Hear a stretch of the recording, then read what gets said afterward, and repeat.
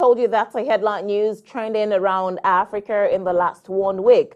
So if you have been too busy to catch up, that's all we'll do for you every Saturday morning. Just take you up to speed with what's happening in Africa and stories about Africa and Africans in the diaspora. So this morning, like I told you, I will be joined by Miss Ella Uwimana. She is a legal representative of Burundi Association here in Houston, and she has been in this position since September 3rd, 2007. And she is also the founder and CEO of the Brothers Support Services Alliance, otherwise known as BSSA. And the mission is to promote and boost self-sufficiency through supplemental services to all foreign-born refugees and low-income families in the Houston metropolitan area. Good morning, Ms. Uwimana. Good morning. Yeah, did I get the name correctly? Yes, you got it. Okay, I'm delighted I got that right. So you're welcome to the show and thanks for joining us this morning.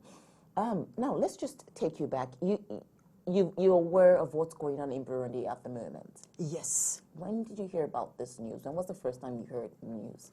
The first time I heard about the news in Burundi, it was back on Saturday. Saturday, that's the date that the president have decided to go for a third term because everybody was waiting for that opportunity to see how everything can be going. Okay, so now let's recount. Just take us back a little bit about, did you ever grow up in Burundi at any point? Oh yes, I was born in Burundi. I grew up there. I studied there. And then it was not until May 1996 that I have to leave my country because I have a scholarship to go to Burkina Faso for studies. And then I left Burkina Faso to come to America, where I just came straight to Houston, Texas. Okay, so now that's just to take, I just wanted people to feel a pulse that you're not far from home. You grew up in this community and you know what it's like back home right now, yes, what people are going through. So when you heard the news, how did you feel? What was your first reaction? When I heard the news, I felt very sad and especially very shocked. Why? Because in Burundi, we have been going a cycle of civil wars. And here in America and everywhere in the world, we have a lot of refugees who were scattered because of the wars. And then when I heard that, because everybody's scared that another war may start soon because of that, struggle for power, and so I was very shocked that now I even don't have my heart in the place because I don't know what's going on. Now there is a lot of insurrection, everything. There is a lot of chaos in Burundi, as we hear from here. Okay, now have you been in touch with people back home? What are they saying about this?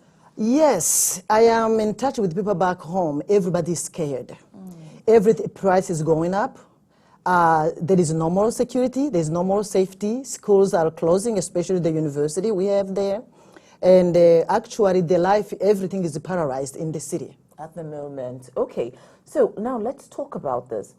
When you heard about this thing, what's happening, the community here, how did the community react apart from you? Like, what are people saying within the Burundi Association here in Houston? In the Burundian community here in Houston, everybody's shocked. You know, we left our families there.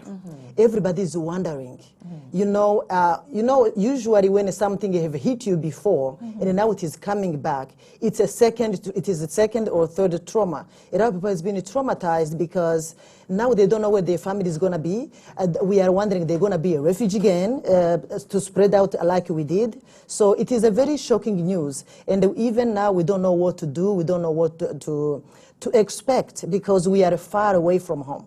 Okay, so is it that people were not expecting President Nkurunziza, yes, to contest again, to declare his third term bid in Burundi? Was it that people were not expecting that? Or why was it a shock?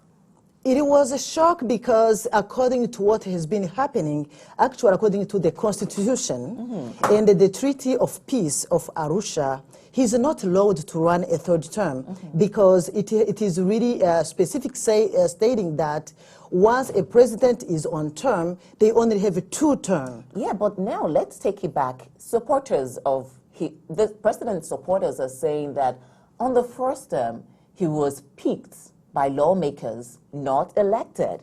So this is officially his second term. What do you say to that? That's what his supporters are saying, that in the first time he was picked by lawmakers to be the president. But now he's gone the first time. Now this is his official second term. What do you have to say?